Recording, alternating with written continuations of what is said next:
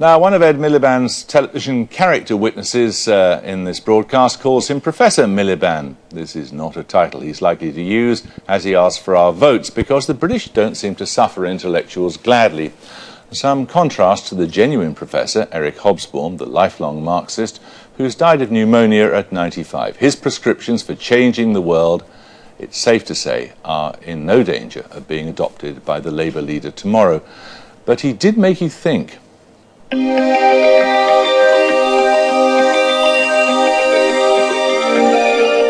Born weeks before revolution in Russia ushered in the world's first communist state, it was to be Hobsbawm's support for communism that provided his critics with years of ammunition.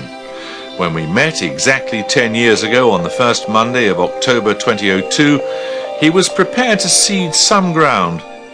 I can't call myself a communist anymore, because the kind of party which I believed was necessary, which Lenin pioneered, and which was for a period in the 20th century an incredibly formidable device for changing states and societies, has run out. The historic period for that is gone.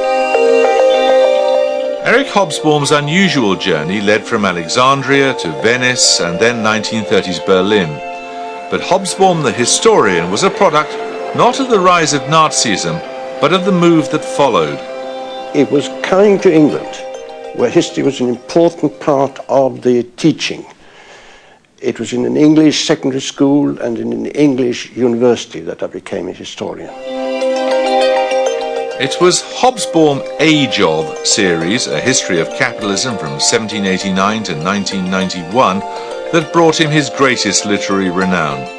Tony Blair sought his advice on how to revive Labour. We last met this past January as the current political leaders agonised over responsible capitalism. As an economic system, capitalism has nothing to do with responsibility. It has to do with growth, with making profit. Over the last 40 years, it seems to me, capitalism developed a sort of pathological degeneration of the Adam Smith line, in which you believed that responsibility had absolutely nothing to do with it. Well, the philosopher Alain de Botton is here with Mary Calder from the London School of Economics, and joining us from Manchester is the former Downing Street Communications Chief, Alistair Campbell. Mary Calder, this question of intellectuals, public life, politics, Hobsbawm belonged to something that was different, didn't he? Well, I think he was part of a generation that came out of Central Europe, very like Ed Miliband's father, and actually very like my father, who really lived through the 20th century and who thought of the world in big terms and were preoccupied with the world, preoccupied with interpreting the world, preoccupied with coming up with visions of change, but who didn't actually want to become politicians. We're suspicious, aren't we, of intellectuals in politics? Look, sometimes with good reason. Eric Hogsbawn had some good ideas and some pretty bad ideas. And I think that some of the British suspicion of intellectuals has always come from a sense that if intellectuals have too much power, too much responsibility, they will be naive, that there's actually a pragmatism that's necessary in public life that intellectuals lack. Alistair Campbell, in the communications business, a lot of very well-educated and very clever politicians go out of their way to cultivate the ordinary bloke image, don't they? Why do they do that? I don't know that they do. I think that there's definitely a fact that I think in Britain we're probably less respectful of intellectuals than, say, they are in France or even parts of the educational establishment in the United States. And don't forget, we're probably the only country where people, I think ludicrously, to be too clever by half is a sort of major criticism. And I think that in politics, I mean, partly this is about the development of the media age and the fact that politicians do have to be able to communicate. I think that sometimes the politicians who are thought to be very intellectual, I could think of, say, David Willits or Oliver Letwin of the modern Conservative Party, that they perhaps are seen as, you know, having two brains in the case of Mr. Willits, being very good thinkers, but not necessarily having the political skills that you need in the modern age. And I suspect we're having this discussion in part because people think that Ed Miliband, I think rightly think that Ed Miliband has a pretty good intellect, but we're still at that stage where people are trying to work out whether he can do the modern political stuff as well. So I think politicians, because of the relentlessness of the scrutiny in the modern age, they kind of do have to be themselves if they're going to be successful. Mary Calder, that point that he makes of two brains Willits, it's not a term of approbation, it's a term of anxiety, isn't it? That people worry.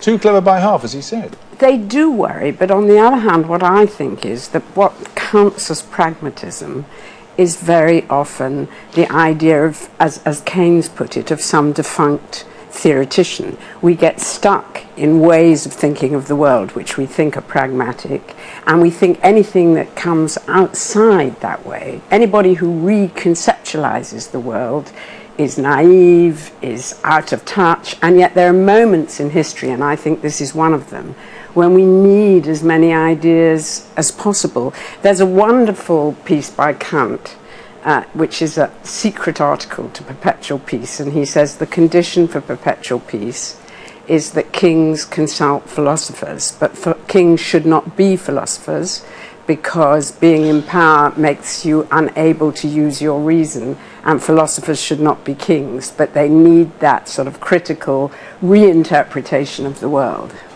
Alan de Botton, how much do you think it's to do with the fact that we have this common law tradition, that we don't have a written constitution? How much do you think it's to do with that?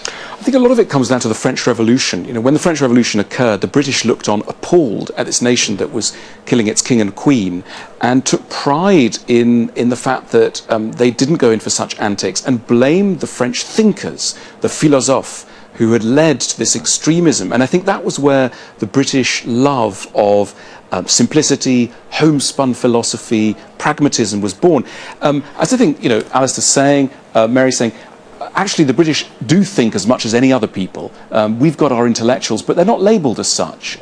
We've got just as many thinkers as any other nation, but we don't tend to put them in cafes. We don't lionise them as the Germans will or the French will, but of course they're out there. You're nodding, Alistair Campbell. You spend a lot of time hiding them, or?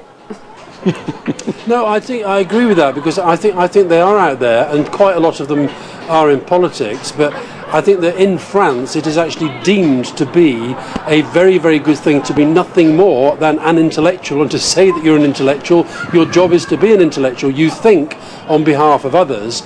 And I think, so look, some of the biggest thinkers in our history have been politicians. I think that if you read the works of Winston Churchill, even the stuff that is about his own political life, there's a man, I think, with a huge intellect who did wrestle with ideas.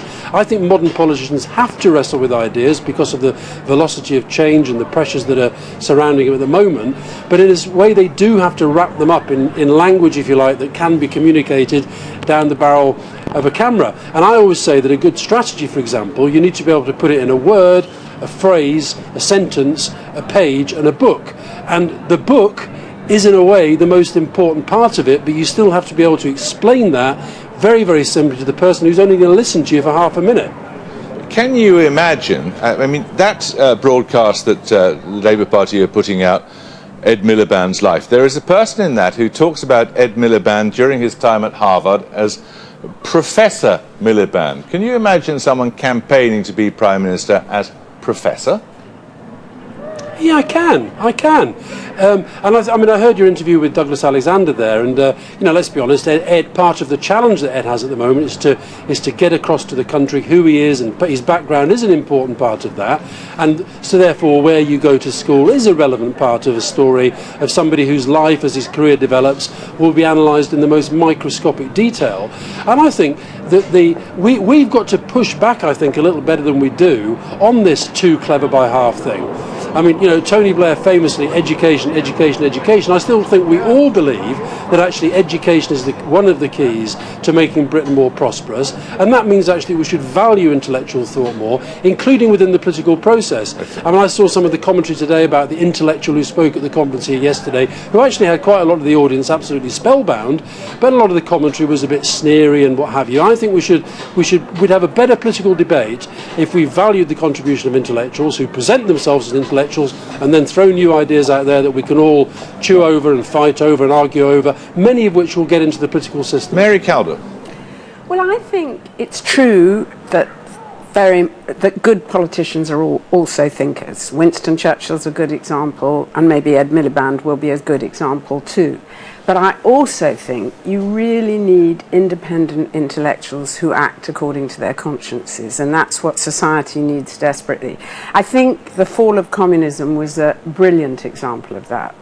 There were so many thinkers, Václav Havel, who didn't become quite such a thinker when president, George Conrad, Adam Michnik, who came up with new ideas which really did change the way things were thought about in Eastern Europe and made possible the peaceful revolutions. Of course, there's a difference between ideology and ideas, and that's what you're talking about with the French Revolution or with the Russian Revolution. But I think also you put your finger on it by saying that it's independent thinkers, and I think it's very hard to lead a political party and at the same time wear the clothes of an intellectual. I think that's the problem that Ed Miliband's got. How can he both pretend to be an independent professor and at the same time, the head of a major political party? It just doesn't sit too well. I tend to agree with that, but I think he can be keen on ideas. Yes, absolutely. And keen on fostering an intellectual debate. Okay, thank you all very much indeed. And keen on ideas which you can get from other parts of the world. That's the other important point. I mean, the economy is globalised and so is politics, and some of the best ideas in Britain in the next few years will probably come from other parts of the world, and I think that's a good thing too. Thank you very much.